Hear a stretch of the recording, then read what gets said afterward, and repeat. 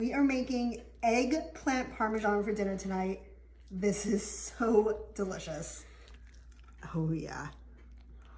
Look at that cheesy, oh. First step in eggplant parm, peeled and sliced eggplant. We sprinkled it with some salt, let it sit for a little bit.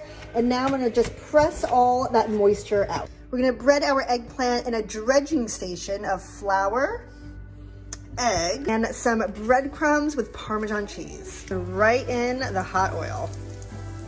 This is gonna be a good one. Oh yeah, look at that crust. All right, let's take these out and let them drain. Oh yes! Once everything is fried up, we're just gonna layer it with some marinara, and we like ours a little saucy. Layer of Parmesan cheese. Add some mozzarella cheese right on top. Final sprinkle of, yes, more Parmesan cheese. Oh my gosh, that looks so good. Yes. I don't know how to cook for 2 people. Who wants to come over for dinner for eggplant parm?